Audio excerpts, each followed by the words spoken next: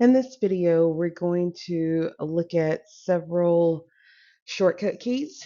Um, and these keys just make your task go by a little bit quicker.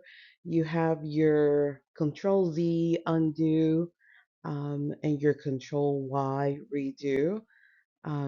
So we can change something and then just click Control Z and it'll undo whatever we just did. You can also use Control A to select your whole spreadsheet. Control N will open up a new workbook. Um, and then you have your um, control page up to move to different worksheets, control page down to move to your previous worksheet.